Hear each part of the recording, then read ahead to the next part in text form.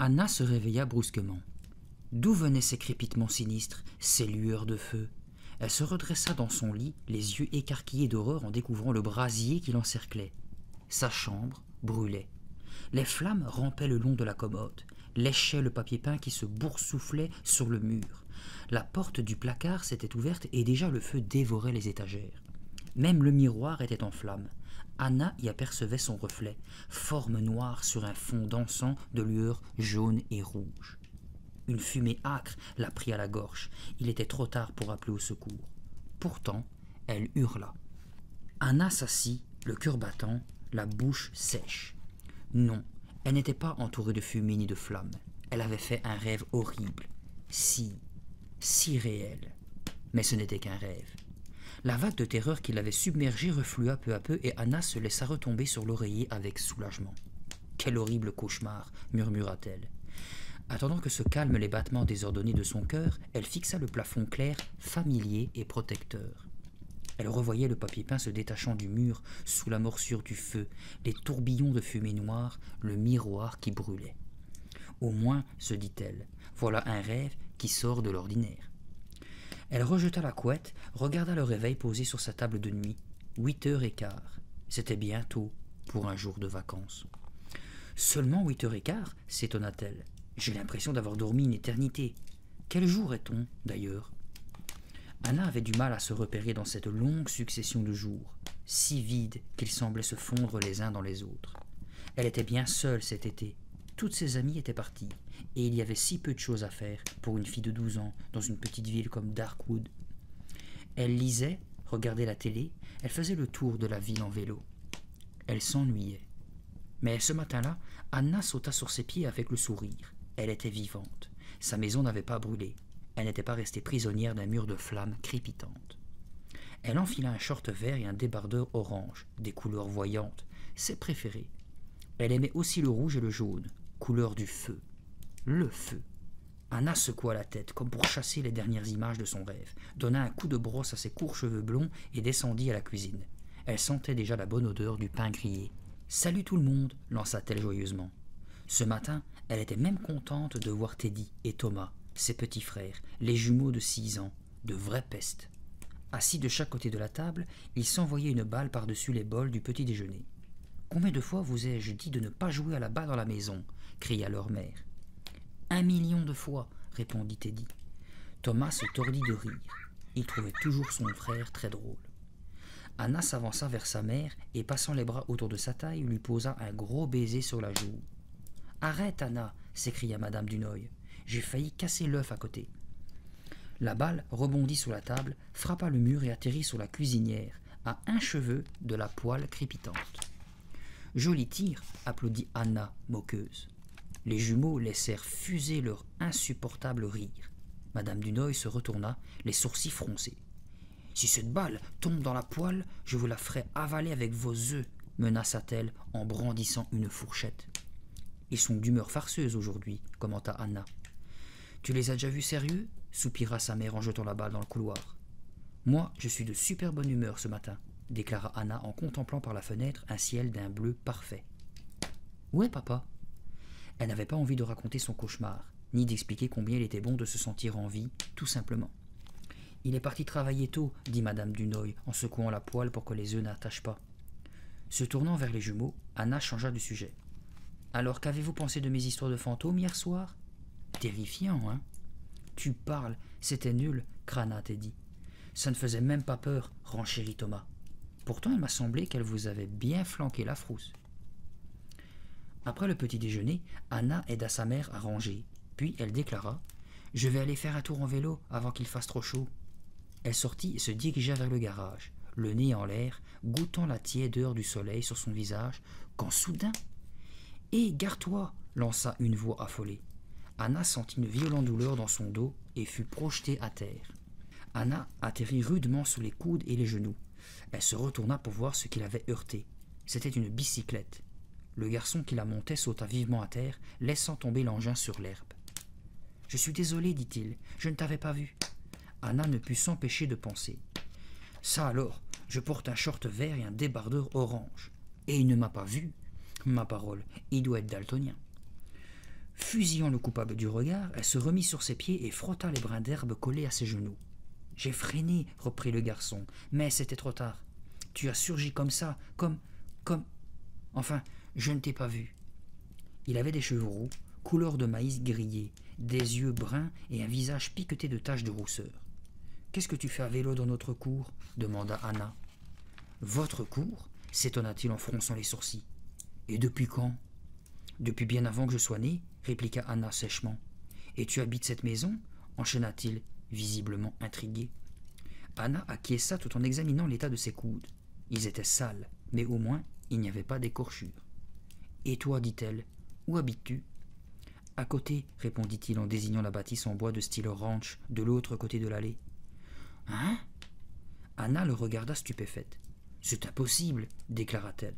« Comment ça, impossible ? Cette maison est vide. Elle est inhabitée depuis le départ de la famille Dodson. Eh bien maintenant, elle ne l'est plus. Nous y vivons, maman et moi. » « Ça ne tient pas debout, se disait Anna. Comment ont-ils pu s'installer à côté sans que je m'en aperçoive ? Hier encore, j'ai joué dans le jardin avec les jumeaux une bonne partie de l'après-midi et cette maison était fermée. J'en suis sûre. Et elle demanda « Comment tu t'appelles ?»« Je m'appelle Danny. Danny Anderson. Moi, c'est Anna. J'ai 12 ans. Et toi ?»« Pareil. » Il se pencha pour examiner son vélo, enleva une touffe d'herbe qui s'était accrochée dans les rayons de la roue arrière. « Eh bien, Anna, dit-il, nous sommes voisins. Mais comment ça se fait que je ne t'ai encore jamais vu ?»« Tu veux dire comment ça se fait que je ne t'ai pas encore vu ?» répliqua-t-elle. Danny haussa les épaules en esquissant un sourire timide. « Tu viens d'emménager ?» poursuivit Anna, voulant élucider ce mystère. « Non, répondit-il, les yeux fixés sur son vélo. « Non ? Alors tu habites ici depuis combien de temps ?»« Ça fait un moment. »« C'est impossible, » continuait de penser Anna.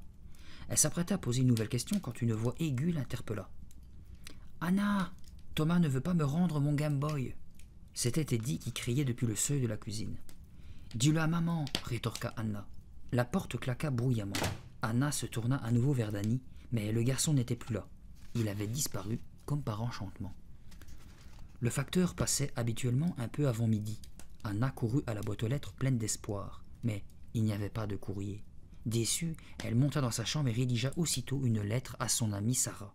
« Chère Sarah, j'espère que tu ne t'amuses pas, parce que tu n'as pas tenu ta promesse. Tu m'avais dit que tu m'écrirais chaque jour, et je n'ai encore rien reçu. Tu ne peux pas imaginer à quel point je m'embête ici. C'est mortel. Hier soir, je m'ennuyais tellement que j'ai allumé un feu derrière le garage pour faire plaisir aux jumeaux. On a fait semblant d'être dans un camp de vacances, et je leur ai raconté d'épouvantables histoires de fantômes. Des histoires si terrifiantes que je commençais même à voir des ombres bizarres bouger autour de nous. Il s'est tout de même passé quelque chose ici. Nous avons des nouveaux voisins. Il y a un garçon de notre âge, un rouquin, il s'appelle Danny. Mais quand sont-ils arrivés? Mystère. Pourtant, un camion de déménagement, ça se voit, non? Je vais mener ma petite enquête et la prochaine fois j'aurai sans doute du nouveau à te raconter. Mais maintenant, c'est à toi de m'écrire. Si je ne reçois pas très vite une lettre, je te souhaite de tomber dans un fossé plein d'orties. Je t'embrasse, Anna. Anna plia sa lettre et la glissa dans une enveloppe. De son bureau, elle apercevait la maison d'à côté. Je me demande si c'est la chambre de Danny, pensa-t-elle en fixant la fenêtre presque en face de la sienne. Mais les rideaux étaient tirés. Anna dévala l'escalier, sa lettre à la main, et sortit. Il faisait très chaud dehors. Il n'y avait pas un souffle d'air. Anna jeta un coup d'œil vers la maison voisine, mais elle ne remarqua pas le moindre signe de vie. La porte était fermée, et derrière la baie vitrée, le salon paraissait inhabité. On aurait dit une maison vide. Anna décida de marcher jusqu'à la poste. Une petite promenade lui changerait les idées. Tout en fredonnant, elle passa devant la maison de Madame Quentin. Cette dernière était penchée sur un massif et enlevait les fleurs fanées. « Bonjour, madame, vous allez bien ?» Madame Quentin ne leva même pas la tête. « Quelle vieille harpie !» grommela Anna. « Elle fait semblant de ne pas me voir. » Elle poursuivit son chemin en fredonnant. Pour arriver à la poste, il suffisait de traverser le petit jardin municipal, autour duquel se trouvait également une banque, un salon de coiffure, une épicerie et un garage. Il y avait aussi la boutique de Harper, le marchand de glace, et le restaurant Colin. Par la vitrine du salon de coiffure, Anna apercevait Ernest, le coiffeur, qui lisait un magazine assis dans l'un de ses fauteuils en attendant un éventuel client. « Quelle vie intense dans cette petite ville !» ironisa Anna. Elle traversa le jardin et glissa son enveloppe dans la boîte aux lettres. Elle s'apprêta à faire demi-tour lorsque retentirent des exclamations furieuses. Le vacarme provenait de l'arrière du bâtiment. Un homme proférait des injures. Des voix jeunes lui répondaient sur le même ton. Puis Anna entendit un jappement aigu, un cri de bête blessée. « Hé !» cria Anna en se précipitant. « Qu'est-ce qui se passe ?» Monsieur Chesney, le postier, menaçait du poing un grand chien efflanqué qui gémissait, la tête basse.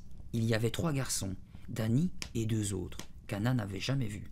L'un d'eux, un grand maigre avec une tignasse blonde, saisit l'animal par le cou et le caressa pour le calmer. « Vous n'avez pas le droit de jeter de pierre à mon chien !» cria-t-il. Son compagnon, un petit gars trapu avec une drôle de tête hérissée de cheveux raides, fixait le postier, les poings serrés. Danny, tout pâle, reculait prudemment. « Fichez le camp d'ici, bande de voyous !» gronda le postier. C'était un gros homme rougeau, totalement chauve, qui avait une énorme moustache et un long nez pointu. « Je dirai à mon père que vous avez blessé Rusty !» menaça le grand blond. « Tu pourras lui dire aussi que tu t'es montré grossier envers un fonctionnaire de l'État, répliqua le postier, et que je déposerai une plainte contre vous si je vous surprends encore une fois ici, sale voyou. »« Nous ne sommes pas des voyous, répliqua le petit brun. Les 3 garçons remontèrent la ruelle en courant, le chien sur leurs talons. Monsieur Chesney passa devant Anna, tellement hors de lui qu'il la bouscula sans même lui jeter un regard, et poussa la porte du bureau de poste en jurant. « Quel sale type !» pensa Anna. Tous les gosses de Darkwood détestaient le postier, et il les détestait aussi. Il ne cessait de les injurier parce qu'ils traînaient dans le jardin, parce qu'ils écoutaient de la musique, parce qu'ils riaient trop fort ou parce qu'ils osaient jouer dans sa ruelle. Un soir d'Halloween, Anna et toute une bande de copains avaient voulu dessiner des monstres sur ses fenêtres avec de la peinture en bombe. Mais M. Chesney n'était pas d'humeur à supporter les farces d'Halloween. Les enfants l'avaient trouvé debout devant sa porte, un énorme fusil à la main. Ils avaient rebroussé chemin, déçus, mais surtout très effrayés. La ruelle avait retrouvé sa tranquillité et Anna repartit vers le jardin en pensant à Danny. Il lui avait paru si terrifié, si pâle, qu'il semblait presque transparent sous le soleil torride de l'après-midi, comme si la lumière l'avait traversé. Ses 2 copains, eux, n'avaient guère l'air impressionnés, des vrais durs, ou alors ils faisaient semblant. « Je crois que je vais rentrer, » soupira Anna. « Il y a sûrement un feuilleton à la télé. » Elle s'engagea dans l'avenue bordée de grandes ormes. Leur feuillage était si épais qu'il ne laissait presque pas passer les rayons du soleil. Elle avait fait la moitié du chemin quand elle crut distinguer une silhouette noire entre les arbres. Anna la prit d'abord pour une branche qui bougeait. Mais ce n'était pas une branche. C'était bien quelqu'un. L'inconnu se tenait dans les ombres mouvantes de feuilles, très grand, enveloppé d'un large manteau noir, le visage dissimulé. Anna sentit un frisson glacé la parcourir. Qui est-ce? Pourquoi se cache-t-il? Pourquoi m'observe-t-il? L'inconnu leva lentement la main comme pour lui faire signe d'approcher. Le cœur battant à se rompre, Anna fit un pas en arrière. Y avait-il vraiment quelqu'un? Tout à coup, Anna n'était plus sûre de ce qu'elle voyait. Une mystérieuse silhouette d'homme ou juste un jeu d'ombre et de lumière? Alors elle entendit un chuchotement. « Anna! Anna !» La grande ombre noire s'approchait lentement. « Non !» cria Anna. La panique l'envahit et elle s'enfuit en courant. Ses genoux tremblaient, ses jambes étaient de plomb, mais elle se força à courir, plus vite, plus vite. Est-ce qu'il la suivait? Les poumons en feu, Anna traversa la rue sans même regarder, s'il n'y avait pas de voiture. Elle était presque arrivée chez elle. Est-ce qu'il la suivait? Elle n'osait pas se retourner. Les ombres des arbres l'enveloppaient, la relâchaient, semblant jouer avec elle comme un chat avec une souris. « Anna! Anna !» La voix chuchotante était froide comme la mort. « Il connaît mon nom !» pensa-t-elle soudain, luttant pour trouver son souffle, forçant ses jambes à courir encore. Brusquement, elle s'arrêta et fit face. « Qui êtes-vous? Que me voulez-vous » Mais il n'y avait personne. Fouillant du regard les haies bordant les jardins, les ouvertures sombres des portes de garage, Anna cherchait en vain la haute silhouette noire qui avait murmuré son nom. La vision qui l'avait à ce point terrifiée n'était probablement qu'une illusion d'optique. Oui, mais une illusion d'optique peut-elle vous appeler par votre nom? Je lis trop d'histoires de fantômes, pensa Anna. Alors je vois des silhouettes dans les ombres des arbres et j'entends mon nom dans le bruissement des feuilles. Un peu rassarénée, mais pas encore tout à fait rassurée, elle rentra à la maison et referma vivement la porte derrière elle. Pendant le dîner, Anna décida de ne pas raconter cette histoire à ses parents. De toute façon, ils ne la croiraient pas. Elle préféra parler des voisins. Quoi? La maison des Dodson est occupée? Son père, la fourchette en l'air, fixait Anna à travers ses lunettes carrées, tout étonné. Il y a un garçon de mon âge, précisa Anna. Il s'appelle Danny. C'est un rouquin plein de taches de rousseur. Plutôt sympa. Ça, c'est bien, fit distraitement sa mère, qui essayait d'empêcher les jumeaux de se jeter leur purée à la tête. Anna n'était même pas sûre qu'elle ait bien entendu. Elle reprit. Je me demande comment ils ont pu s'installer sans qu'on s'en aperçoive. As-tu remarqué un camion de déménagement ces jours-ci ? Non, dit son père, en se remettant à manger. Tout de même, c'est bizarre, non ? Insista Anna. À cet instant, Thomas tomba en arrière avec sa chaise. Sa tête heurta violemment le plancher et se mit à hurler. Son père et sa mère se précipitèrent vers lui, tandis que Teddy criait de sa voix perçante. « Je l'ai pas poussé, c'est pas moi, j'ai pas fait exprès !» Constatant que personne ne s'intéressait à son énigme, Anna rapporta son assiette à la cuisine et monta dans sa chambre. Penchée à sa fenêtre, elle observa longuement le mur de la maison d'à côté, aux vitres obscurcies par des rideaux. « Danny, dit-elle à mi-voix, qui es-tu ? D'où viens-tu » Quelques jours plus tard, en fin d'après-midi, elle aperçut Danny dans la cour. « Salut » dit-elle, toute heureuse. Il s'amusait à lancer une balle de tennis contre sa maison. La balle faisait un petit bruit sec chaque fois qu'elle heurtait le mur de bois. « Oh, salut, ça va ?» fit Danny en sursautant. La balle rebondit juste sous la gouttière. Anna s'approcha. « Ça fait un moment qu'on ne s'est pas rencontrés, dit-elle prudemment. « Ouais, je t'ai vu l'autre jour derrière la poste, risqua Anna. « Hein ? Je t'ai vu derrière la poste avec tes copains. Ce Chesney, c'est vraiment un sale type. Tu sais, on ne faisait rien de mal, on se baladait, c'est tout. Qu'est-ce que tu fais cet été ? Tu t'ennuies ici, comme moi ? C'est à peu près ça. » Danny manqua la balle et dut la poursuivre jusqu'au garage. En revenant, il dévisagea Anna comme s'il la voyait pour la première fois.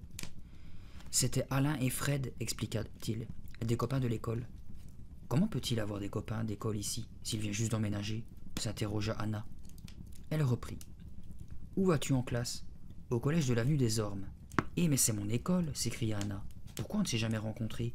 Tu es dans quelle classe ? » ?»« Je vais entrer en 5e. »« Moi aussi !» s'écria Anna. « Tu connais Sarah Clade ? » ?»« Non. »« Et Alex Goodman, tu le connais ?» Danny secoua la tête. « Je ne vois pas qui c'est. »« Ça c'est bizarre, pensa tout haut Anna. » Danny lança la balle un peu trop haut. Elle tomba sous le toit et roula dans la gouttière. « Zut !» grogna Danny, l'air embêté. « Alors tu es dans la même école et dans la même classe et tu ne connais pas ses élèves ? En plus, je ne t'ai jamais vu. Comment ça se fait ? » « Je n'en sais rien, avoua-t-il en grattant sa tête rousse. « C'est bizarre, » répéta Anna. Comme il se dirigeait vers le garage, Danny entra dans l'ombre de la maison.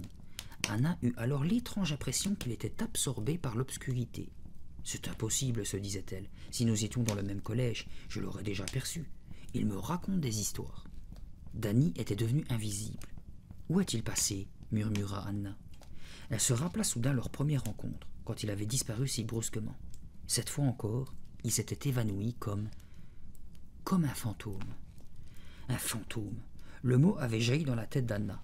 Au même instant, Danny réapparut, traînant derrière lui une lourde échelle métallique. « Qu'est-ce que tu vas faire ?» s'inquiéta Anna.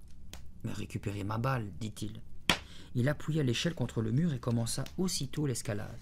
« Ne monte pas, supplia-t-elle, prise d'un brusque frisson. « Quoi ?» cria Danny, déjà perché sur le dernier barreau. « Descends, Danny !» Pourquoi avait-elle cette étrange sensation au creux de l'estomac ? « Ne t'inquiète pas, » lança Danny, « je suis un véritable acrobate. Maman dit toujours que je devrais me faire engager dans un cirque. » Avant qu'Anna ait pu protester, il était déjà sur le rebord du toit. « Regarde un peu » cria-t-il en levant les deux bras, triomphant. Une épouvantable angoisse serrait maintenant la poitrine d'Anna comme un étau. « Danny, s'il te plaît, descends !» Sans l'écouter, Danny se pencha pour retirer la balle de la gouttière. Anna retenait son souffle. Soudain, il perdit l'équilibre, ses yeux s'agrandirent de surprise, ses mains battirent l'air, cherchant à agripper quelque chose, et il tomba. Anna poussa un cri et ferma les yeux. « Il faut que j'appelle à l'aide !» Malgré sa peur, elle s'obligea à regarder par terre, là où Danny était tombé. À sa profonde stupéfaction, elle le découvrit debout, sur ses deux pieds. « Tu n'as rien ?» bégaya-t-elle. Danny se contentait de sourire sans répondre. Et Anna pensait: mais il est tombé du toit, et ça n'a pas fait de bruit. Saisissant Danny par l'épaule, elle le secoua. « Tu es sûr que tu vas bien ?»« Tout à fait bien. Je suis comme les chats. Je retombe toujours sur mes pattes. » Et il fit passer sa balle tranquillement d'une main dans l'autre. « Tu m'as flanqué une de ces trouilles !» cria Anna, sa peur se muant soudain en colère. « Tu aurais pu te tuer. » « Ça ne risquait pas, fit-il avec un drôle de petit rire. et il se remit à lancer sa balle. « Je t'ai vu tomber la tête la première, reprit Anna. Comment tu t'es pris pour atterrir sur tes pieds ?»« Magie, magie, chantonna Danny. Mais. À ce moment, on appela. Anna. C'était sa mère debout sur le seuil de la cuisine. Oui, maman, je sors faire des courses. Peux-tu surveiller Thomas et Teddy ? Anna se tourna vers Danny. Il faut que j'y aille, à plus tard. Salut, répondit-il avec un grand sourire. Le bruit de la balle rebondissant sur le mur de bois accompagna Anna tout le long de l'allée. Elle revoyait Danny basculant du toit et continuait de se demander comment a-t-il pu retomber sur ses pieds sans faire le moindre bruit.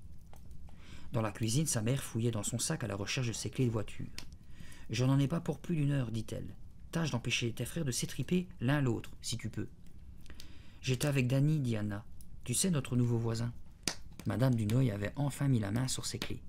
Elle ferma son sac et se dirigea vers la porte. « Ce garçon, Danny, tu l'as vu ?» insista Anna. Mais Madame Dunoy était déjà partie. Après le dîner, Anna monta dans sa chambre et se dirigea vers la fenêtre en pensant à Danny. Repoussant les rideaux, elle appuya son front contre la vitre froide et observa longuement la maison d'à côté. Le soleil avait disparu derrière les arbres. La bâtisse était plongée dans l'ombre et les fenêtres masquées par d'épais rideaux ne laissaient pas filtrer la moindre lumière. On aurait dit une maison morte. Anna réalisa soudain qu'elle n'avait jamais vu personne y entrer ni en sortir. Elle recula, saisie d'effroi. Elle se rappela le matin de sa première rencontre avec Danny quand il avait surgi de nulle part pour disparaître presque aussitôt. Elle se rappela comment il avait semblé se fondre dans l'ombre de la maison quand il était parti chercher l'échelle. Elle se rappela sa chute silencieuse. Danny apparaissait et disparaissait comme un fantôme. « Arrête de penser à des trucs pareils, » se reprocha-t-elle à elle-même. « Les histoires de fantômes, ça commence à bien faire. » Mais trop de questions sans réponse se bousculaient maintenant dans sa tête. Comment Danny et sa mère avaient-ils pu s'installer sans que personne ne le remarque? Comment pouvait-il être dans le même collège, dans une des 6e, sans qu'elle l'ait jamais rencontré? Il ne connaissait pas les copains d'Anna et elle ne connaissait pas les siens. Pourquoi?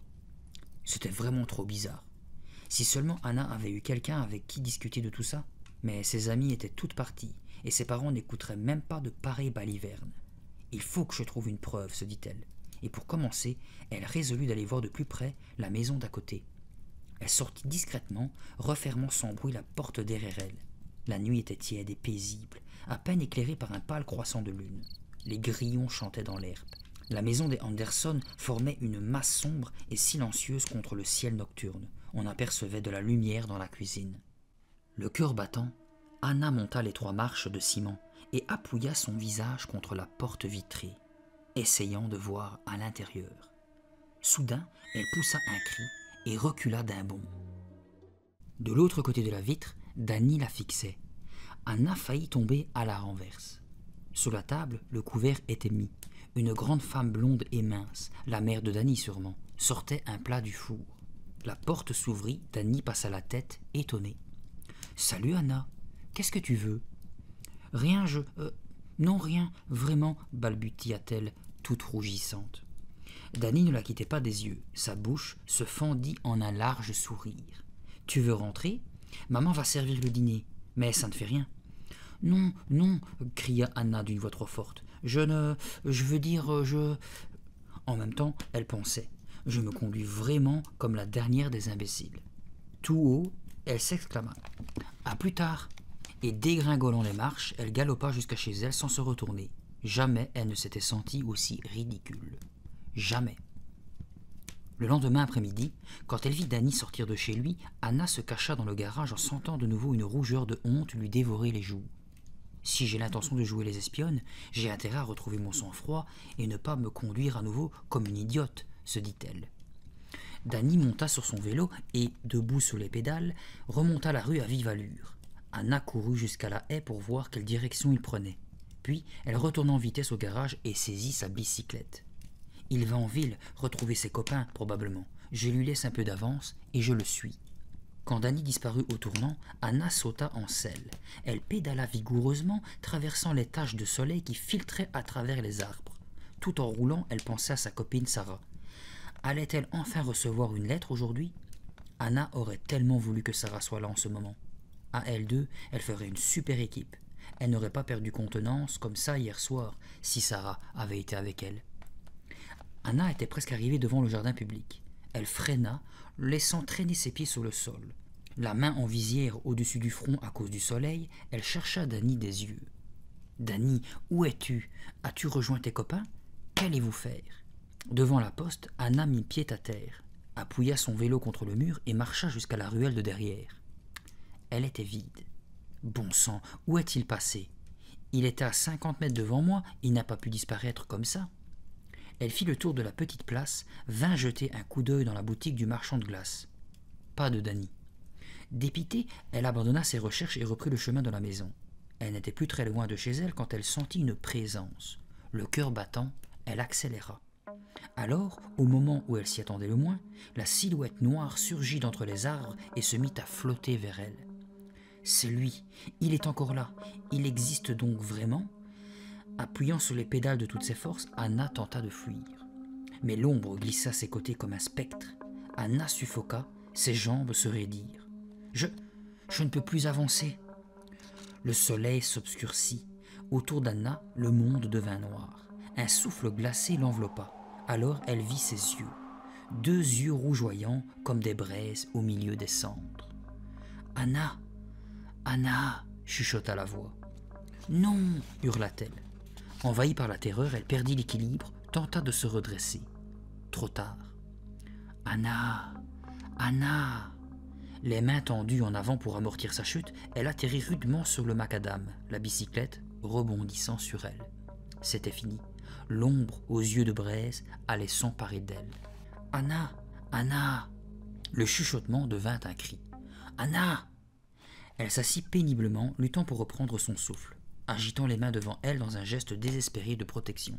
« Laissez-moi, je vous en prie. »« Anna, c'est moi !» Levant la tête, elle vit un visage penché sur elle.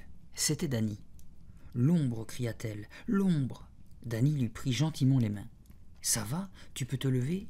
Je t'ai vu tomber. Tu as heurté une pierre ou quelque chose? »« Non, non, » murmura-t-elle en secouant la tête. « C'était l'ombre. Il voulait me prendre et... »« Quoi ?» fit Danny.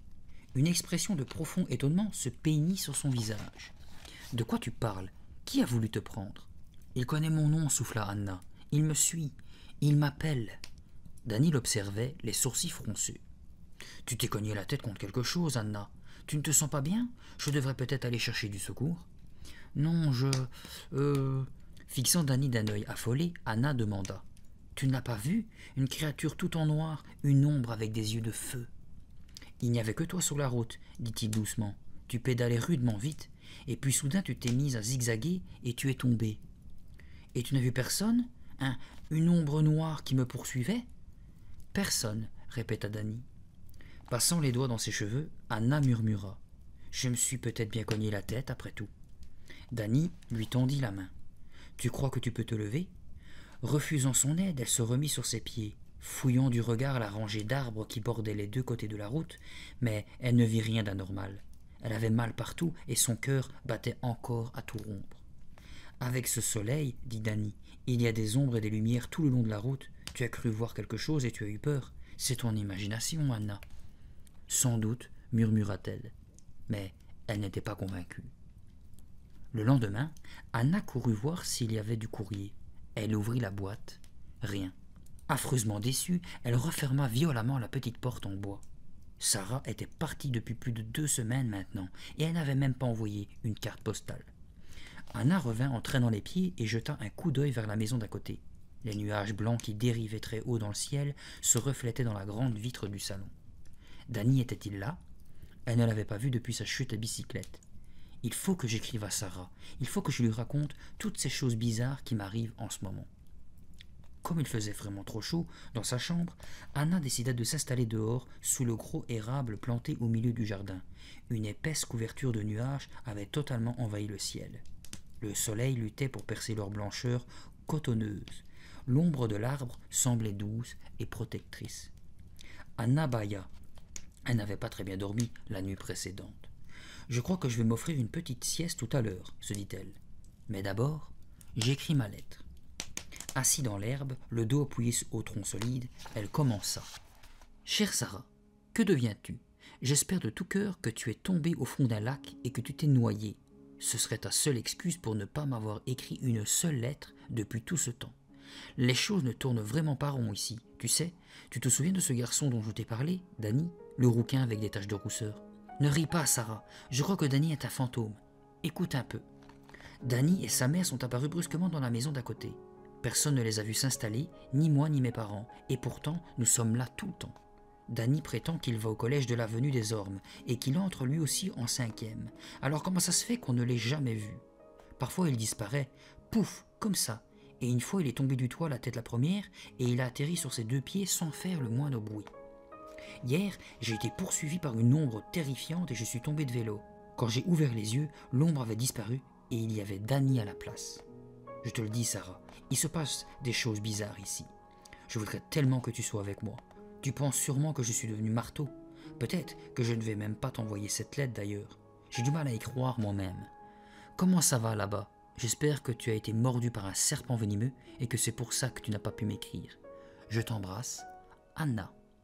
Anna laissa retomber son stylo. Est-ce que je peux vraiment envoyer cette lettre? Sarah va me prendre pour une cinglée. Non, elle devait poster la lettre. Il fallait absolument qu'elle partage tout ça avec quelqu'un. Sinon, elle deviendrait folle. Le soleil avait finalement réussi à percer les nuages et des taches mouvantes de lumière éclaboussaient le papier blanc. Anna leva la tête et sursauta. Quelqu'un, debout devant elle, la regardait fixement. Danny. « Salut, Anna, dit-il doucement. Le soleil dans son dos lui faisait une auréole éblouissante. Il avait l'air d'une apparition. « Je ne t'ai pas entendu arriver, balbutia Anna. « Donne-moi cette lettre, Anna, dit Danny d'une voix douce, mais ferme. « Qu'est-ce que tu dis? Donne-moi cette lettre, répéta-t-il, la main tendue. Serrant la lettre contre elle, Anna le regarda en plissant les yeux, éblouie. Les rayons du soleil semblaient passer à travers lui. Il se pencha, cherchant à lui arracher la feuille. Cette lettre, donne-la-moi. Mais, Danny, pourquoi? Supplia-t-elle d'une petite voix misérable. Je ne veux pas te laisser envoyer ça, dit Danny. Mais c'est ma lettre. Pourquoi est-ce que je ne pourrais pas l'envoyer? Parce que tu as découvert la vérité, Anna, et je ne peux pas te laisser la révéler à qui que ce soit. Alors j'avais deviné, murmura Anna. Tu es bien un fantôme. Elle frissonna, saisie par une vague de peur. Les questions se pressaient dans sa tête, des questions terrifiantes. Quand tu es mort, Danny, pourquoi es-tu venu me hanter? Pourquoi moi? Qu'est-ce que tu me veux? Donne-moi cette lettre, Anna, répéta Danny. Personne ne doit la lire. Personne ne doit savoir. Les rayons du soleil le traversaient et Anna ferma les yeux, aveuglée. « Qu'est-ce que tu me veux, Danny » murmura-t-elle. Il ne répondit pas. Et quand Anna rouvrit les yeux, il y avait 2 visages penchés sur elle, 2 faces grimaçantes. Les jumeaux étaient plantés devant elle, pliés en 2 de rire. « Tu dormais » s'exclama Teddy. « Et tu ronflais » ajouta Thomas. « Quoi » Anna se frotta les yeux, essayant de retrouver ses idées. Elle avait le cou raide et le dos douloureux. « Tu veux savoir comment tu ronflais » demanda Teddy. « Tu faisais comme ça. » Et il émit d'horribles renaclements de gorée. Les 2 petits monstres se laissèrent tomber dans l'herbe en s'étouffant de rire. « J'ai fait un mauvais rêve, dit Anna. Elle avait parlé pour elle plus que pour ses frères. D'ailleurs, ils ne l'écoutaient pas. Sautant sur ses pieds, elle s'étira pour décoincer sa nuque meurtrie. S'endormir contre le tronc d'un arbre n'était pas une très bonne idée. Elle regarda la maison de Danny et frissonna. Ce rêve avait semblé si réel. Elle plia sa lettre en songeant. Parfois les rêves vous obligent à voir ce que vous ne voulez pas voir, et elle se jura de découvrir la vérité. Le soir suivant, Anna décida de rendre visite à Danny. Elle lui proposerait d'aller manger une glace en ville, il accepterait sûrement. Il avait plu une partie de la journée, et pourtant la nuit était encore étouffante. Un pâle croissant de lune tentait d'émerger du cocon de nuages. À quelques mètres de la porte des Anderson, Anna hésita. Un carré de lumière jaune se reflétait sur l'herbe humide. Au moins ce soir, je sais ce que je vais dire quand il ouvrira la porte. Prenant une profonde inspiration, elle frappa au carreau. Personne ne vint ouvrir. Elle frappa encore. Pas de réponse. La maison de Danny était totalement silencieuse. Anna appuya son visage contre la vitre pour regarder à l'intérieur et poussa une exclamation de surprise. La mère de Danny était assise devant la table, le dos tourné. Ses cheveux luisaient sous la lumière de la lampe, ses mains entouraient un bol fumant. « Pourquoi ne vient-elle pas m'ouvrir » se demanda Anna. Elle leva le poing et cogna à plusieurs reprises. La jeune femme ne se retourna même pas. Elle porta le bol à ses lèvres et but une gorgée sans prêter la moindre attention au coup frappé à la porte. Anna tambourina encore. Elle appela. « Madame Anderson, c'est moi, Anna, je suis votre voisine. » La mère de Danny reposa calmement le bol sous la table. Elle ne bougea pas de sa chaise. « Madame Anderson, est-ce qu'elle ne m'entend pas ?» s'inquiéta Anna, incapable de détacher son regard des minces épaules de la femme assise à quelques pas d'elle. Soudain, Anna frissonna. « Je sais pourquoi elle ne m'entend pas. Je sais pourquoi elle ne vient pas m'ouvrir. C'est parce qu'elle n'existe pas. » Terrifiée par cette idée, Anna recula vivement, se réfugiant dans l'ombre. Toute tremblante, Anna s'entoura la poitrine de ses bras comme pour se protéger de ses propres pensées. Madame Anderson n'existe pas, et Danny non plus. Ce sont des fantômes. Et moi je suis là, toute seule dans le noir, à espionner un garçon qui n'est même pas vivant. La lumière s'éteignit dans la cuisine, et la maison retomba dans l'obscurité. Seul un pâle reflet de lune allumait une vague lueur dans l'herbe humide. Anna restait là, immobile, essayant de calmer le flot d'images terrifiantes qui déferlaient dans sa tête. Enfin, elle se décida à bouger. Elle remonta l'allée vers sa maison d'où sortait la musique et les voix que la télé déversait dans le salon, le rire des jumeaux qui chahutaient dans leur chambre. Des fantômes? N'importe quoi. Les fantômes n'existent pas. Un peu rassérénée, elle constata alors que sa bouche était sèche comme du carton et que l'air tiède et humide de la nuit lui collait à la peau. Une glace. Elle avait envie d'une glace. C'était d'ailleurs pour inviter Danny à aller manger des glaces qu'elle était venue frapper chez lui. Elle courut dire à ses parents qu'elle allait faire un tour en ville. Quand elle ouvrit la porte du salon, ils se tournèrent vers elle avec un air interrogateur, et tout à coup, elle eut envie de tout leur raconter. « Les gens d'à côté, lâcha-t-elle. Eh bien, ils n'existent pas. Ce sont des fantômes, je le sais. »« Anna, s'il te plaît, on regarde quelque chose, » fit son père en désignant l'écran, une bouteille de coca à la main. Et aussitôt, elle se rabroua elle-même. « Il ne me croit pas, évidemment. Qui voudrait croire une histoire pareille ?» Anna remonta la rue au petit trot en direction de la boutique du glacier. Les lampadaires projetaient sur les trottoirs de larges cercles de lumière bleutée. Les feuillages des grands arbres chuchotaient doucement dans la brise nocturne. Leurs troncs ressemblent à des fantômes, de noirs fantômes qui peuvent tendre leurs bras feuillus pour m'emprisonner. Un étrange malaise saisit Anna. Elle courut plus vite, passa devant la poste fermée. Personne dans le jardin public, pas une voiture dans les rues. Seule la façade de la boutique de Harper, illuminée au néon, donnait un semblant d'animation à la petite place déserte. Les grandes portes en verre étaient largement ouvertes, comme pour inviter à entrer. Anna avait chaud d'avoir couru dans la nuit tiède, et pourtant elle se sentait glacée. « Qu'est-ce que j'ai » se demanda-t-elle. Comme elle faisait un pas vers l'entrée, un garçon jaillit hors de la boutique, suivi d'un deuxième, puis d'un troisième. Stupéfaite, Anna reconnut Danny, Alain et Fred. Chacun d'eux tenait un cornet de glace, et ils s'enfouillaient en courant. Des cris furieux retentirent. Puis, quelqu'un heurta violemment Anna, elle perdit l'équilibre et s'étala de tout son long sur le trottoir.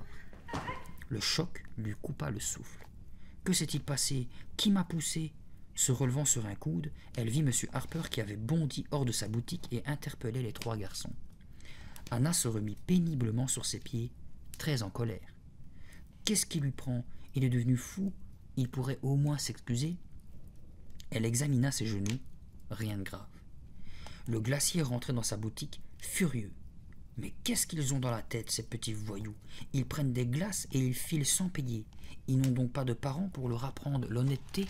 Anna s'élança à la recherche des jeunes voleurs. Pourquoi avait-il fait une chose aussi stupide? Et si M. Harper les avait rattrapés? Ce serait tout de même trop bête d'être arrêté pour 3 malheureuses glaces.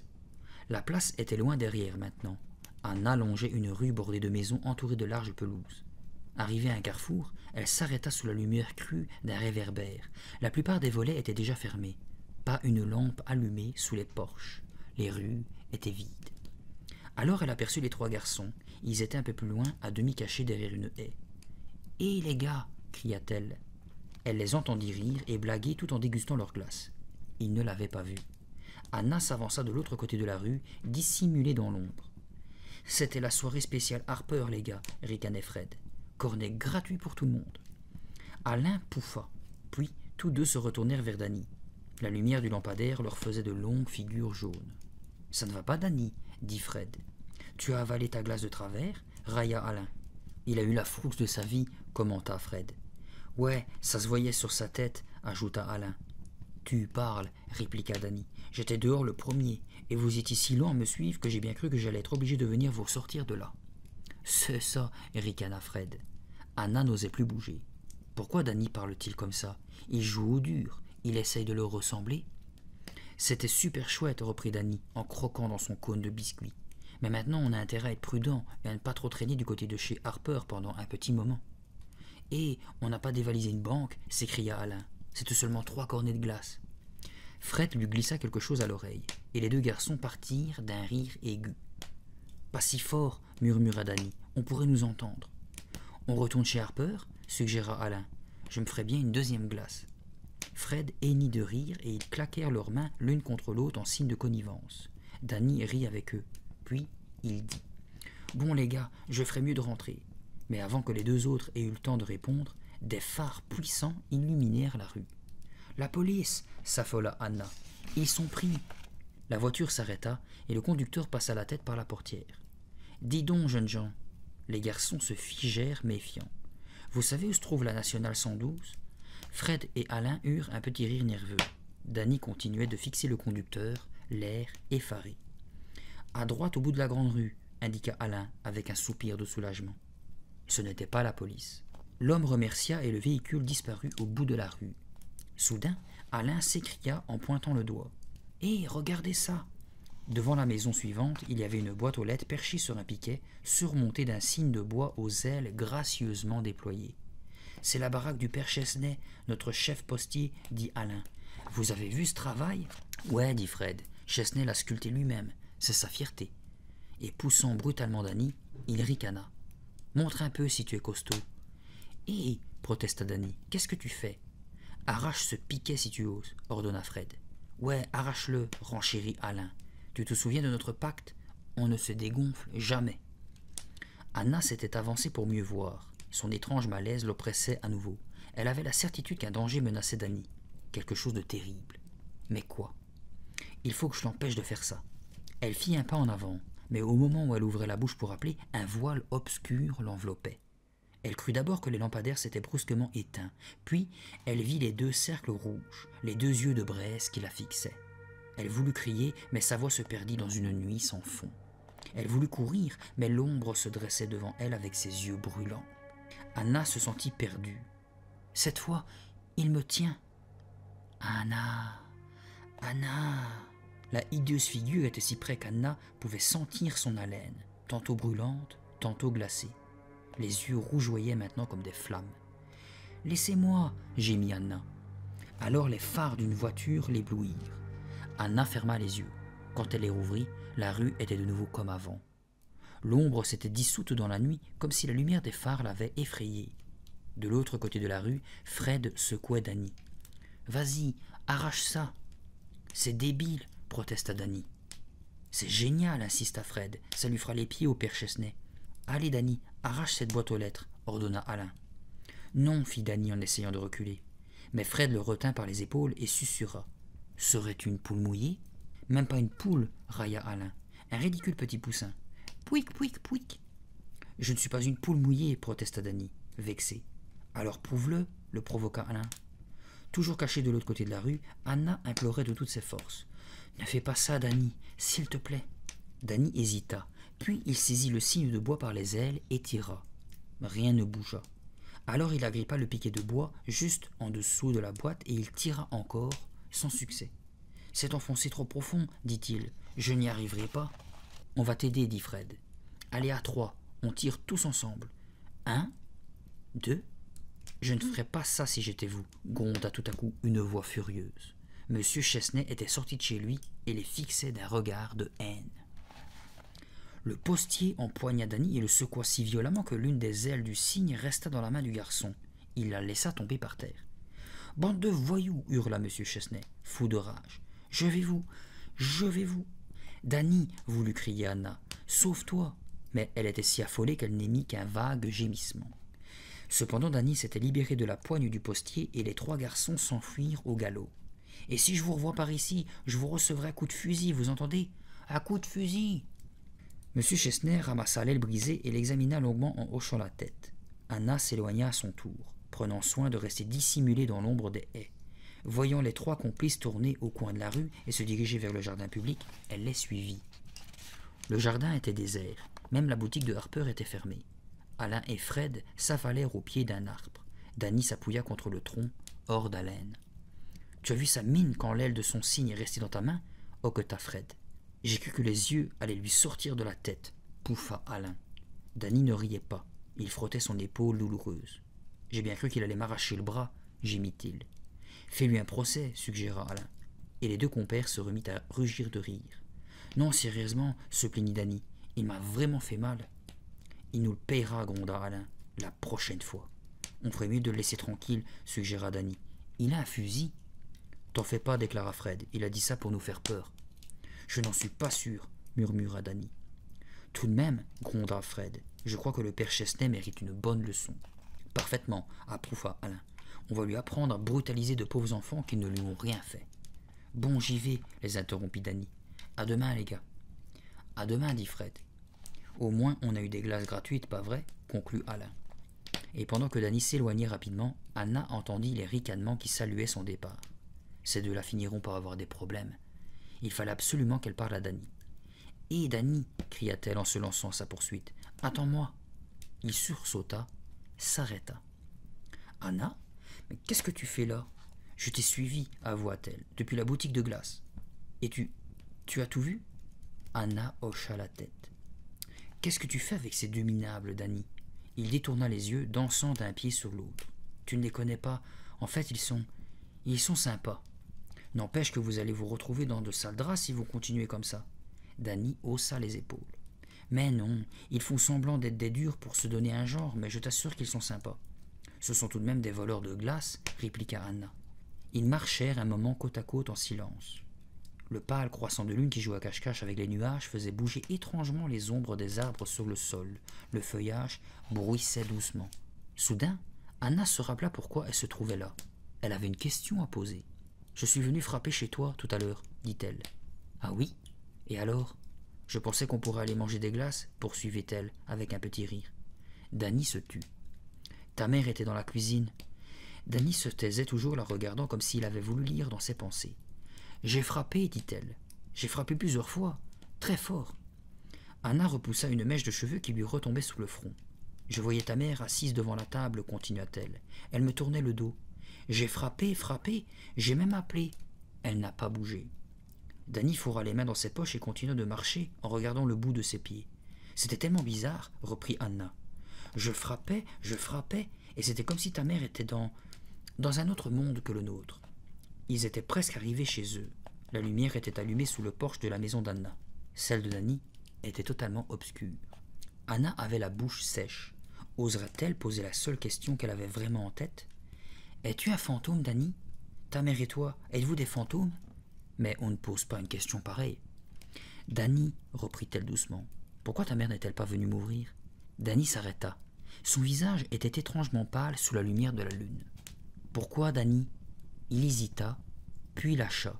« Je pense qu'il vaut mieux que je te dise la vérité. » Et sa voix ressemblait au chuchotement des feuilles qui remuaient doucement au-dessus de leur tête. Danny s'approcha et regarda Anna dans les yeux. « Je vais te dire pourquoi ma mère n'est pas venue t'ouvrir. » Anna se raidit. Un frisson glacé lui courut dans le dos. « Est-ce que j'ai peur de Danny ?»« C'est que... » hésita Danny. « Ma mère est sourde. »« Hein ?» Anna n'était pas sûre d'avoir bien entendu. C'était tellement différent de ce qu'elle attendait. « Il y a quelques années, reprit Danny en baissant la voix, elle a été gravement malade. L'infection a atteint les 2 oreilles. Maintenant, elle est sourde. Totalement. C'est pour ça qu'elle ne t'a pas ouvert. Elle ne t'a pas entendu. »« Je comprends, murmura Anna. Je suis désolée, Danny. Je ne savais pas. Je pensais, enfin, je ne savais pas quoi penser. »« Maman ne veut pas que ça se sache, expliqua Danny. Elle ne veut pas qu'on la regarde avec pitié. Elle a appris à lire sur les lèvres et c'est difficile de deviner qu'elle n'entend pas. »« Je ne le dirai à personne, promit Anna. Elle se sentait soudain totalement stupide. « À demain, lança Danny. « À demain, répondit distraitement Anna. Elle pensait à ce qu'elle venait d'apprendre. Finalement, elle se retourna pour faire un dernier signe de la main, mais Danny avait déjà disparu. Anna marcha pensivement vers le porche de sa maison. Le scénario imaginaire qu'elle avait bâti autour de Danny et de sa mère était en train de s'écrouler. « Quelle idiote je fais !» Décidément, la solitude ne me réussit pas. Je me suis complètement monté la tête. La lampe allumée sous le porche dessinait sur le sol un large cône de lumière jaune. Anna était presque arrivée devant sa porte quand l'obscurité l'enveloppa. 2 yeux rougeoyants flambaient dans la face de l'ombre, tandis que sa voix chuchotait. « Anna, éloigne-toi de Danny. » Pétrifiée de terreur, Anna crut deviner un hideux sourire sur le visage infernal, un sourire vaguement familier. « Non !» Anna n'eut même pas vraiment conscience que ce cri désespéré était sorti de sa propre bouche. Les yeux de braise se mirent à brûler si vivement qu'Anna se couvrit le visage de ses 2 mains. « Anna, écoute-moi, éloigne-toi de Danny. » Le souffle de cette bouche était froide comme la mort. D'une voix que la terreur rendait méconnaissable, Anna hurla à nouveau. « Non !» L'ombre s'approchait encore. Alors la porte d'entrée s'ouvrit brusquement, projetant un large rectangle de lumière sur la pelouse. « Anna, c'est toi ? Qu'est-ce qu'il y a ?» Son père était apparu sur le seuil, affolé, fixant l'obscurité avec une attention extrême. « Papa !» cria Anna. « Papa, regarde, l'ombre, l'ombre, elle me poursuit, elle... » Mais il n'y avait plus rien sur la pelouse que la pâle lueur de la lune jouant sur l'herbe et les buissons. L'ombre avait disparu. Terrifiée, l'esprit en déroute, Anna se jeta dans les bras de son père. Elle raconta tout. Elle parla de l'étrange silhouette noire aux yeux de braise. Son père fouilla le jardin et la cour armée d'une lampe torche. Il ne trouva rien. Le mystérieux agresseur n'avait pas laissé la moindre trace. Préoccupée, Madame Dunoï observait Anna, touchant son front, essayant de détecter un quelconque symptôme de fièvre, tâchant de lire dans ses yeux une bribe d'explication. « Je ne suis pas folle, maman, » gémissait Anna. « Je l'ai vue, je l'ai vraiment vue. »« Je sais, ma chérie, calme-toi, » l'apaisait tendrement sa mère. « Je n'ai rien trouvé, » dit M. Dunoï, qui rentrait sa lampe torche à la main. « Est-ce que j'appelle la police ?»« Ce n'est pas la peine, papa, je vais me coucher. Je suis fatiguée. » Anna se leva et se dirigea vers l'escalier. Ses jambes la portaient à peine. Elle monta lentement l'escalier. Soupirant profondément, elle ouvrit la porte de sa chambre. L'ombre l'attendait à côté de son lit. Anna poussa un cri et fit un bond en arrière. Alors la lumière du couloir qui pénétrait dans la chambre obscure lui fit comprendre sa méprise. Ce n'était qu'un pull noir suspendu sur le dossier de son lit. Anna s'accrocha au chambranle de la porte, prise d'un rire nerveux qui ressemblait à un sanglot. « Quelle soirée !» s'exclama-t-elle. Elle alluma et referma la porte derrière elle. Quand elle retira le pull du lit pour le ranger, ses mains tremblaient encore. Elle se déshabilla et enfila sa chemise de nuit. Puis, elle se glissa sous sa couette en espérant s'endormir le plus vite possible. Mais trop de pensées contradictoires, trop d'images effrayantes se bousculaient dans sa tête. Les ombres des arbres du jardin se tordaient bizarrement sur le plafond. D'habitude, Anna aimait leur danse silencieuse, mais ce soir elle lui rappelait une autre ombre surgissant de nulle part et qui l'appelait par son nom. Elle tenta de se concentrer sur Danny, mais une petite phrase obsédante lui revenait indéfiniment. Danny est un fantôme. Danny est un fantôme. Danny avait certainement menti à propos de sa mère. Il avait inventé cette histoire de surdité pour qu'Anna ne se doute de rien. Mais elle n'était pas dupe. Anna ferma les yeux, essayant de faire le vide dans sa tête. Mais le visage de Danny et les yeux flamboyants de l'ombre mystérieuse ne cessaient de danser sur l'écran de ses paupières. Si Danny et sa mère sont des fantômes, pourquoi ont-ils choisi la maison d'à côté? Pourquoi l'ombre veut-elle m'éloigner de Danny? Est-ce qu'elle essaie de m'empêcher de prouver qu'il est un fantôme? D'où vient-elle? Et pourquoi cherche-t-elle à m'effrayer ainsi? Finalement, elle s'endormit, mais les rêves prirent le relais de ses pensées. Elle se voyait dans une grotte obscure à l'entrée de laquelle brillait un feu. L'ombre s'avançait vers elle. Mais non, ce n'était pas l'ombre, c'était Danny. Danny avec des yeux immenses au fond desquels dansaient des flammes. Anna s'éveilla en un sursaut, le cœur battant, la bouche sèche. Non, se dit-elle, en regardant l'aube grise qui montait lentement derrière les carreaux. Non, Danny n'est pas l'ombre. Ce n'est pas possible. Ce ne peut pas être lui. Ce rêve n'a aucun sens. Elle repoussa la couette qui l'étouffait et se leva. Une chose au moins lui paraissait claire. Elle devait parler à Danny. Elle ne pourrait pas supporter une autre nuit comme celle-ci. Il fallait qu'elle sache. Comme elle prenait son petit déjeuner, elle aperçut Danny par la fenêtre de la cuisine. Il poussait du pied un ballon de foot. Elle bondit dans la cour. « Danny! Hé, Danny! Es-tu un fantôme ?»« Quoi ?» Danny lui lança un regard étonné, puis envoya d'un coup de pied le ballon rebondir contre le mur du garage. Se plantant devant lui, Anna répéta sa question. « Es-tu un fantôme ?» Le ballon retomba mollement dans l'herbe. « Oui, bien sûr, » plaisanta Danny. « Danny, insista-t-elle, le cœur battant, je suis sérieuse. »« De quoi tu parles ?» fit-il en se penchant pour se gratter un genou. « Il me regarde comme si j'étais une débile mentale, dit Anna. « De rien, soupira-t-elle, c'est une blague. Je peux jouer avec toi ? Ouais, si tu veux, dit-il en dribblant. Tu te sens mieux ce matin ? Ça va. Je veux dire, reprit Danny en lui lançant le ballon. Cette histoire avec M. Chesney, on a passé une drôle de soirée. J'ai vraiment eu peur pour toi, dit-elle. Quand la voiture s'est arrêtée, j'ai cru que c'était la police. Ouais, j'ai eu la frousse moi aussi, avoua Danny. Il ramassa le ballon et le relança d'un coup de tête. Anna demanda. Est-ce que Fred et Alain vont vraiment au collège de l'avenue des Ormes ? Oui, dit Danny. Ils sont dans la même classe que moi. Ils ne sont pas nouveaux ici, questionna Anna en shootant. Alors comment ça se fait que je ne les connaisse pas ? Et comment ça se fait qu'ils ne te connaissent pas ? Rétorqua Danny en effectuant un plongeon de champion. Il ne veut pas me répondre. Mes questions le rendent nerveux. Il sait que j'ai deviné la vérité. Alain et Fred veulent retourner chez M. Chesney, dit Danny. Ils veulent faire quoi ? Ils veulent y retourner ce soir pour se venger. Tu sais, il m'a carrément tordu le bras. Le ballon roula entre eux. Ils s'élancèrent en même temps. Danny arriva le premier, mais il manqua son coup, trébucha et vint s'étaler dans l'herbe. Anna shoota et le ballon alla rebondir contre le mur du garage. « But !» cria Anna. Danny s'assit lentement, enlevant les brins d'herbe collés à sa chemise. « Aide-moi à me relever » fit-il en lui tendant les deux mains. Anna lui tendit les siennes et ses bras passèrent à travers Danny. « Mais » cria Danny, « qu'est-ce que tu fais ? Aide-moi » Le cœur battant violemment, Anna essaya encore.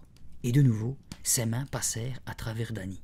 « Je le savais, je le savais !»« Tu savais quoi ?» bredouilla-t-il. « Qu'est-ce qui te prend, Anna ?»« Arrête ce petit jeu, lança-t-elle. Elle se sentait glacée, malgré le chaud soleil du matin. « Je sais la vérité, Danny. Je la sais depuis le début, tu n'es pas réel. Tu es un fantôme. »« Hein ?» Il se releva, abasourdi. « Tu es un fantôme, Danny, » répéta Anna, d'une voix un peu tremblante. « Moi ? Tu es tombé sous la tête. Je ne suis pas un fantôme. Qu'est-ce que tu racontes ?» Sans qu'elle s'y attende, il s'avança vivement vers elle, le bras tendu en avant. Alors, sa main traversa la poitrine d'Anna. Il poussa un hurlement et retira sa main comme s'il s'était brûlé. Ses traits se tordirent en une expression d'horreur indicible. « Tu... bégaya-t-il. Anna voulut parler, mais les mots restèrent bloqués au fond de sa gorge. Une main l'avait traversée et elle n'avait rien senti. Danny tourna les talons et courut chez lui aussi vite que ses jambes le lui permettaient. Anna le regarda disparaître sans faire un mouvement jusqu'à ce que la porte ait claqué violemment derrière lui. Alors, totalement désemparée, elle marcha pas à pas vers sa maison. Celle-ci lui parut vaciller sous un ciel d'un bleu si lumineux qu'il en devenait aveuglant. « Je sais maintenant. Ce n'est pas Danny le fantôme. C'est moi. » Anna se dirigea vers la porte de la cuisine, puis hésita. « Je ne peux pas rentrer maintenant. Il faut d'abord que je réfléchisse à tout ça. » Elle ferma les yeux, attendant que se dissipe le vertige qui l'étourdissait. Quand elle les rouvrit, la lumière du jour lui parut impossible à supporter.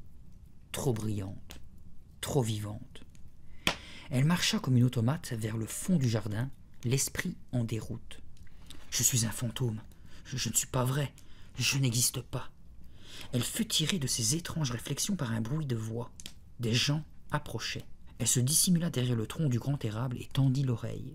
« C'est une maison ravissante, » disait la voisine, Madame Quentin. « Mon cousin de Détroit est venu la visiter la semaine dernière, » commenta une voix inconnue. Sortant prudemment la tête hors de sa cachette, Anna aperçut une grande femme mince, vêtue d'une robe d'été jaune vif. « Est-ce qu'elle plaît à votre cousin ?» demanda Madame Quentin. « Elle est trop petite. »« Quel dommage !» soupira Madame Quentin. « Je déteste habiter à côté d'une maison vide. »« Quelle vieille pie !» pensa Anna, scandalisée. « La maison n'est pas vide. Nous y habitons. C'est chez nous. »« Depuis combien de temps est-elle inhabitée ?» reprit la dame en jaune. « Il n'y a pas eu de nouveau locataire depuis qu'elle a été remise en état, » répondit Madame Quentin, « après ce terrible incendie, il y a 5 ans. »« Un incendie ?» s'étonna la dame. « Alors c'était avant qu'on s'installe à Darkwood. Je n'en avais pas entendu parler. Tout a brûlé? Presque tout. Ce fut horrible, ma pauvre Élisabeth. Toute une famille prisonnière des flammes. Des gens si gentils. Ils avaient une fille d'une 12aine d'années et 2 petits garçons. Ils ont tous péri. Mon rêve, ce n'était pas un rêve, c'était la vérité. Je suis morte dans cet incendie. Les larmes roulèrent sur les joues d'Anna et elle dut s'accrocher au tronc pour ne pas tomber. Sait-on ce qui a provoqué l'accident? Demanda la dénommée Élisabeth. Il semble que les enfants aient allumé un feu derrière le garage ce soir-là. Ils l'ont probablement mal éteint. Dans le garage, il y avait la voiture, des bidons d'essence. Le feu s'est propagé à une telle vitesse. Quand les secours sont arrivés, il était trop tard. Les 2 femmes remontaient vers la rue en secouant la tête. La maison a été entièrement rebâtie, expliquait madame Quentin.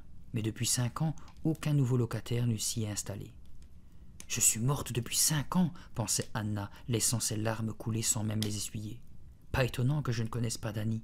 Pas étonnant que je ne reçoive aucune lettre de mes amis, qu'on me bouscule sans me voir, et qu'on ne me réponde pas quand je dis bonjour. Anna comprenait maintenant pourquoi le temps lui paraissait parfois immobile ou totalement irréel. Les fantômes vont et viennent.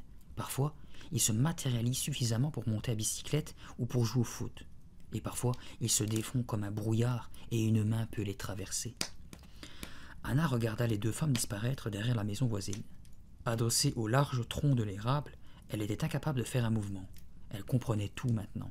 Ces jours d'été qui passaient comme un songe, sa solitude, la désagréable impression d'être à côté des choses. Brusquement, une pensée la traversa. Papa et maman, les jumeaux, est-ce qu'ils savent? Quittant l'abri de l'arbre, elle se rua vers la maison. Maman, maman! Elle poussa la porte de la cuisine tout en appelant. Maman, Teddy, Thomas, où êtes-vous? La maison était déserte, totalement silencieuse. Ils l'avaient tous quittée. Pourquoi l'avaient-ils abandonnée? Pourquoi avaient-ils tous disparu? Jetant un regard autour d'elle, Anna s'aperçut que la cuisine était vide. Plus de rideaux à la fenêtre, plus de pendule au mur, plus de table ni de chaise, plus de boîtes de sucre, de thé et de céréales. Plus rien. « Où êtes-vous » cria-t-elle encore d'une petite voix misérable. Elle fit le tour des autres pièces, vide elle aussi.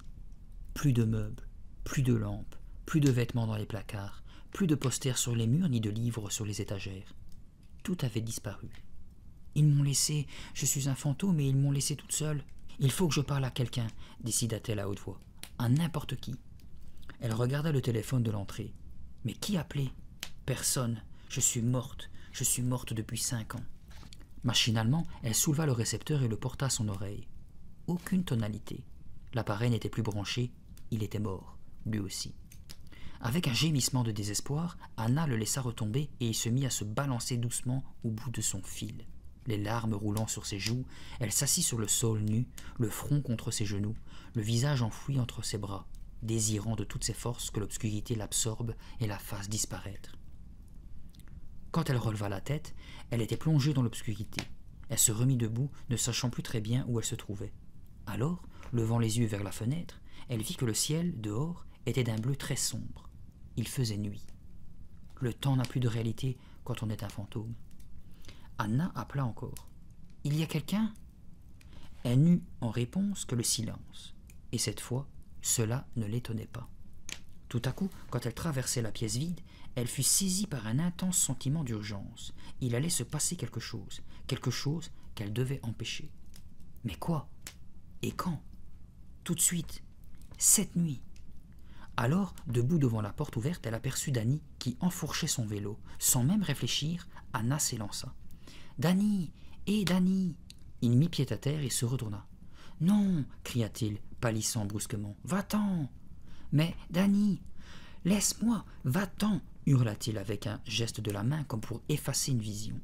Agrippant les poignées de son vélo, il s'élança en pédalant comme un fou. Anna courut derrière lui. « Dany, n'aie pas peur de moi, s'il te plaît, Dany !» Mais il fila sans se retourner et disparut au tournant. Alors, l'étrange sentiment d'urgence saisit encore Anna. « Je sais où il va.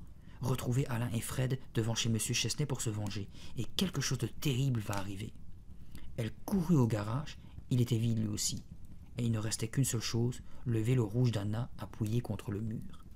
En s'approchant de la maison du postier, Anna vit qu'il avait réparé sa boîte aux lettres. Le cygne sculpté déployait de nouveau ses 2 ailes de bois. Laissant son vélo, elle s'avança prudemment de l'autre côté de la rue. Les 3 garçons étaient bien là, dissimulés derrière la haie qui entourait le jardin de M. Chesney. Le postier était-il chez lui? Anna n'en était pas sûre. Sa voiture n'était pas garée dans l'allée. Alain et Fred poussaient Danny pour l'obliger à démolir de nouveau la boîte aux lettres. Elle les entendait chuchoter. « Plus fort! Vas-y, quoi !»« Non, mais regardez cette mauviette !» Il faisait trop de bruit. Anna jeta un coup d'œil inquiet vers la porte d'entrée, s'attendant à voir surgir M. Chesney armé de son fusil. Danny s'escrimait de toutes ses forces sur la malheureuse boîte qui finit par céder un peu, le piquet penchant dangereusement vers le sol. Danny le secoua d'avant en arrière, tentant de le déraciner tout à fait. Et finalement, la boîte aux lettres tomba sous le flanc. Les 3 complices s'envoyèrent de grandes claques dans le dos. Fred ramassa le trophée et le promena de long en large comme un drapeau conquis sur l'ennemi. M. Chesney ne se montrait toujours pas. Mais alors, pourquoi Anna ressentait-elle plus fort que jamais le sentiment d'une menace? Les garçons étaient maintenant au milieu de la rue, discutant vivement. Fred dit quelque chose qu'Alain approuva bruyamment, tandis que Danny protestait. Mais Anna n'arrivait pas à saisir un seul mot. Un souffle de vent tiède agita les buissons. Anna recula dans l'ombre sans quitter les garçons des yeux. Ils discutaient avec animation, parlant tous les 3 en même temps. Puis, Anna aperçut une petite flamme qui s'éteignit presque aussitôt. « Une allumette ?» pensa-t-elle. Alors elle vit qu'Alain tenait à la main une grosse boîte d'allumettes. Qu'est-ce qui mijotait encore? Dans la maison, tout était silencieux. M. Chesney ne se montrait pas. « Partez, partez, n'attendez pas !» suppliait-elle comme si elle pouvait les convaincre par la pensée. Mais au lieu de s'en aller, ils entrèrent dans le jardin, se courbant pour ne pas être vus d'une fenêtre. Anna sentit un frisson d'appréhension lui courir le long du dos. Elle traversa la rue et se cacha derrière la haie. Elle ne les entendait plus. Ils devaient être tout près de la maison maintenant. Elle se releva prudemment. Alors, elle les vit.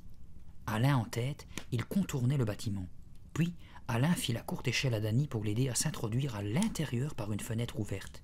Il grimpa derrière lui à son tour, poussé par Fred, qu'il tira ensuite par les mains.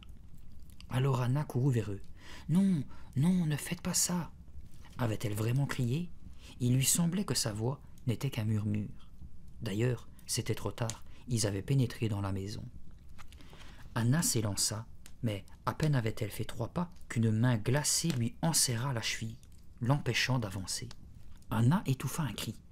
Comme elle se débattait pour se libérer, elle réalisa qu'elle s'était simplement pris le pied dans les anneaux d'un tuyau d'arrosage. Poussant un soupir de soulagement, elle se dégagea et courut vers la fenêtre ouverte.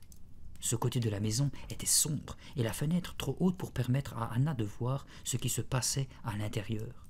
Elle entendait les pas des garçons, leur chuchotement, leur rire étouffé. « Mais que font-ils donc ?» se demandait-elle, remplie d'angoisse. Comment pouvait-on être aussi téméraire et imprudent? Elle n'arrivait pas à le comprendre. Les phares d'une voiture qui arrivait illuminèrent la haie. Anna sursauta, puis se baissa vivement. Était-ce M. Chesney? Le postier était-il de retour juste à temps pour surprendre les intrus chez lui?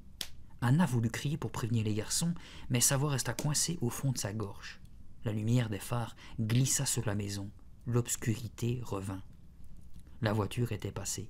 Ce n'était pas M. Chesney. Anna se redressa et s'approcha de la fenêtre, décidée à faire tout ce qu'elle pourrait pour obliger les 3 inconscients à sortir de là avant qu'il soit trop tard.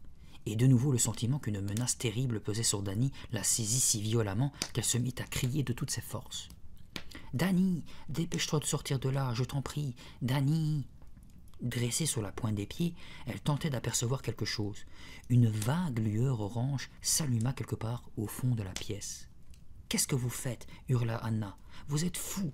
Éteignez tout de suite, vous allez vous faire repérer. » Pourquoi, grand Dieu, avait-il allumé une lampe? Mais la lueur orange devint une lumière jaune, une lumière qui dansait. Anna la reconnut tout de suite. Ce n'était pas une lampe. C'était le feu. Ils avaient mis le feu.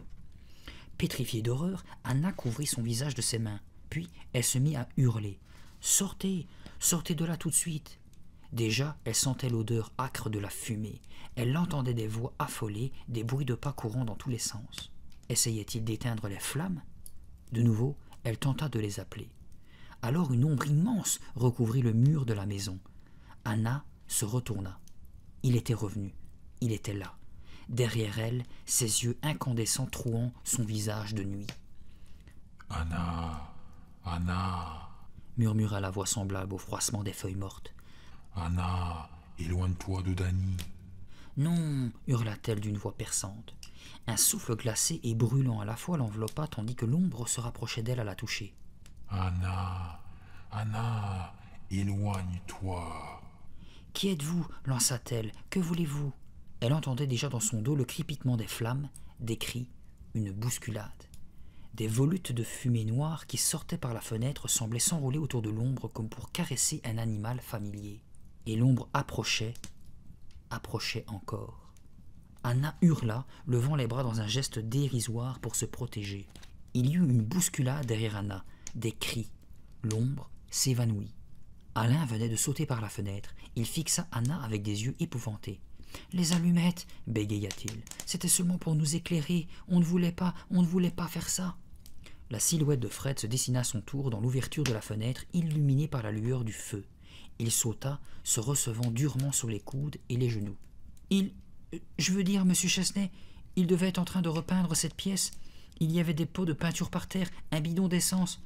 Une allumette est tombée, le feu a pris. On a essayé de l'éteindre. On n'a pas pu. »« C'est un accident, » répétait nerveusement Alain. « Un accident, on ne voulait pas. » Anna les regardait, horrifiée. « Et Dany » murmura-t-elle. « Où est Dany ?»« Dany » s'étonna Fred, qui n'avait pas l'air de comprendre. « Dany » dit Alain. Puis, réalisant que Dany était encore à l'intérieur, ils se mirent à hurler. « Dany, qu'est-ce que tu fais? Sors de là tout de suite !» Seul le rugissement des flammes leur répondit. « Il est resté là-dedans !» cria Fred. « Il va brûler !»« Viens !» dit Alain en tirant son copain par la manche. « On va chercher de l'aide !» Et tous deux remontèrent la rue en courant et en appelant. Anna était seule maintenant dans la lumière de l'incendie. Elle savait ce qu'elle devait faire. Elle devait sauver Dany. Sautant pour agripper le rebord de la fenêtre, elle tenta de se hisser. Alors de nouveau, l'obscurité tomba sur elle comme un voile. L'ombre était de retour. « Anna, murmura la voix. Anna, éloigne-toi. »« Non, rugit-elle, oubliant sa peur. Je dois sauver Dany. »« Anna, reprit la voix. Tu ne le sauveras pas. » L'ombre se penchait comme pour l'absorber, l'étouffer. « Laissez-moi » cria-t-elle. « Qui êtes-vous? D'où venez-vous? Qu'est-ce que vous me voulez ?» Les yeux de braise flambèrent dans la face de nuit, mais l'ombre ne répondit rien. « Dany est prisonnier des flammes, et je dois le tirer de là, » pensait désespérément Anna. « Il faut que je grimpe à cette fenêtre. Il le faut. »« Va-t'en » cria-t-elle. Exaspérée, elle lança ses mains en avant, les doigts recourbés comme des griffes pour en labourer la face de l'ombre. Le voile noir sembla se déchirer et un visage apparut, horrible, grimaçant et pourtant étrangement familier. Le visage de Dany. Anna resta pétrifiée, incrédule, envahie par un tel sentiment d'horreur que le souffle lui manqua. Une odeur de tombeau, humide et glacée, la prit à la gorge, tandis que le visage de Dany lui souriait affreusement. Une lueur dansant dans ses yeux incandescents. « Non » hurla Anna, « tu n'es pas Dany, ce n'est pas vrai !» Le sourire s'élargit sur la face rougeoyante. « Je suis la mort de Dany, » prononça la bouche d'ombre. « Je suis venu le prendre et je ne te laisserai pas me l'enlever. »« Non, non » cria Anna en levant ses poings. « Dany ne mourra pas, tu n'existes pas !» Le visage monstrueux se plissa en un rictus infernal. « C'est trop tard, Anna, trop tard. » « Tu mens !» Poussée par l'urgence, Anna avait oublié sa peur. Se détournant du spectre, elle agrippa des deux mains le rebord de la fenêtre. Il était brûlant. Se hissant de toute la force de ses poignets, Anna réussit un rétablissement et sauta dans la pièce envahie par la fumée. « Je suis un fantôme », songea-t-elle en avançant vers un mur de flammes. « Un fantôme ne peut pas mourir. Un fantôme n'a rien à craindre du feu. » Protégeant son visage avec ses bras, elle essayait de distinguer quelque chose au milieu de la fournaise. « Dany » cria-t-elle. « Dany, où es-tu? Je ne te vois pas, réponds-moi. » Anna avança encore. Des meubles flambaient dans un coin. La peinture sur les murs se boursouflait en cloques hideuses. « Dany, réponds-moi, Dany !» Cette fois, elle entendit une plainte assourdie. Par le chambranle enflammé d'une porte, elle l'aperçut. Dany s'était réfugié dans la pièce du fond, mais à présent, il était pris au piège. « Dany !» Adossé au mur, les mains levées devant son visage, il tentait désespérément de se protéger de la fumée et de la chaleur infernale. « Je ne peux pas passer à travers les flammes, pensa Anna, soudain épouvantée. « Je ne peux pas. » L'espace d'un instant, elle eut la tentation de retourner en arrière, de fuir vers la fenêtre ouverte. Alors de nouveau, elle se souvint. « Tu es un fantôme, Anna. Tu peux faire ce que les vivants ne font pas. » Au milieu du ronflement du feu, un appel désespéré s'éleva. « Au secours !» Sans hésiter davantage, Anna traversa le mur de flammes et ne sentit rien. Elle pénétra dans l'autre pièce, envahie par la fumée. Le feu rampait déjà le long des murs, dévorait les meubles, les rideaux, les tapis. « Au secours !» Pétrifiée, les yeux agrandis par la terreur, Dany ne semblait pas la voir. Elle l'agrippa par les poignets. « Viens !» ordonna-t-elle. Les flammes se courbèrent sous l'effet d'un courant d'air, comme des bras de feu cherchant à saisir les deux enfants. « Viens !» Mais elle avait beau le tirer, il résistait de toutes ses forces. « Je ne peux pas !» criait-il. « Je ne peux pas !»« Il le faut, Dany !» La chaleur était si intense qu'Anna avait l'impression de n'être plus elle-même qu'une flamme tourbillonnante. Aveuglée, elle ferma les yeux. « Il le faut, Dany !» répéta-t-elle. Et elle tira. Une fumée noire les enveloppa. Tirant Dany derrière elle avec une force dont elle ne se serait jamais crue capable, Anna retraversa le mur de flammes. Elle n'ouvrit pas les yeux avant d'avoir atteint la fenêtre. Elle poussa Dany dehors, puis sauta à son tour. À quatre pattes dans l'herbe, toussant, pleurant, elle reprit enfin son souffle, aspirant l'air frais de la nuit. Alors, levant les yeux, elle crut voir dans l'obscurité une longue silhouette noire qui s'enflammait brusquement, se tordait et brûlait en un instant comme une torche. Peut-être n'était-ce que le reflet de l'incendie sous le feuillage luisant des arbres. Anna se pencha vers Dany, étendue sur le dos, le visage noirci, une expression incrédule au fond de ses yeux bruns. « Merci, Anna, » murmura-t-il. « Merci. » Mais Anna n'était plus qu'un peu de brouillard en train de se dissoudre dans la nuit. Madame Anderson se pencha sur son fils, remontant la couverture sur sa poitrine. « Comment te sens-tu, mon chéri » 2 heures seulement s'étaient écoulées depuis le drame. Les secours étaient arrivés très vite. Les pompiers avaient maîtrisé rapidement l'incendie et l'équipe médicale d'urgence avait soigné Dany sur place. Il ne souffrait que de légères brûlures et d'un début d'intoxication dû aux émanations. Rien de grave, avait-on rassuré sa mère quand l'ambulance l'avait ramené chez lui. Maintenant, Dany était étendue dans son lit, encore en état de choc. Madame Quentin se tenait dans un coin, silencieuse. Dès qu'elle avait su la nouvelle, elle était accourue pour offrir son aide à sa jeune voisine. « Je vais bien, maman, » murmura Dany. « Je me sens juste un peu fatiguée. » Sa mère lisait sur ses lèvres en caressant le visage aux sourcils brûlés. « Comment as-tu réussi à sortir de la maison, Dany ?»« C'est Anna, maman. C'est Anna qui est venue me chercher. »« Qui ça ?» s'étonna sa mère. « Qui est Anna ?»« Mais tu sais bien, Anna, la fille d'à côté. »« Il n'y a pas de fille dans la maison d'à côté, » dit sa mère. « N'est-ce pas, Madame Quentin ?» Sans bouger de sa place, la voisine secoua la tête. « Il n'y a personne. La maison est inhabitée. » Dany se redressa brusquement sur son lit. « Mais moi je la connais, elle s'appelle Anna. Anna Dunoy, c'est elle qui m'a sauvé la vie. » fit Madame Quentin d'un air indulgent. « Anna Dunoy est morte il y a 5 ans. C'est sans doute la fièvre qui le fait délirer. »« Recouche-toi, mon petit, » dit sa mère en le repoussant avec douceur contre l'oreiller. « Repose-toi.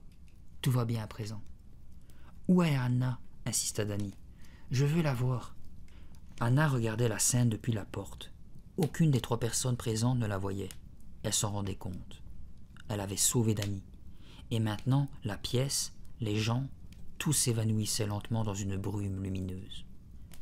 5 ans après le drame, pensait Anna, nous sommes revenus dans notre maison, ma famille et moi, et c'était pour empêcher Dany de mourir comme nous dans un incendie. Anna, Anna. Une voix l'appelait au loin, une voix familière, une voix aimée. « C'est toi, maman ?» Il est temps. murmura la voix. Reviens avec nous, Anna. « J'arrive, maman. » Elle jeta un dernier regard sur le lit où reposait Dany. Elle le voyait à peine. Son image s'effaçait lentement. La chambre tout entière s'effaçait et la maison et le monde des vivants. « Reviens, Anna. » murmurait la voix de sa mère. « Reviens parmi nous. » Anna se sentait disparaître, s'effilocher comme un lambeau de brouillard. Elle regarda Dany une dernière fois. « Je le vois encore, maman, » dit-elle, écrasant d'un geste de la main les larmes qui brouillaient sa vue. « Je le vois encore, mais la lumière baisse. »« Viens, Anna, viens avec nous. » répétait tendrement la voix. « Dany, souviens-toi de moi, » criait-elle vers son ami dont elle apercevait pour la dernière fois le visage dans une brume argentée. L'avait-il entendu? Pouvait-il encore l'entendre? Anna l'espérait.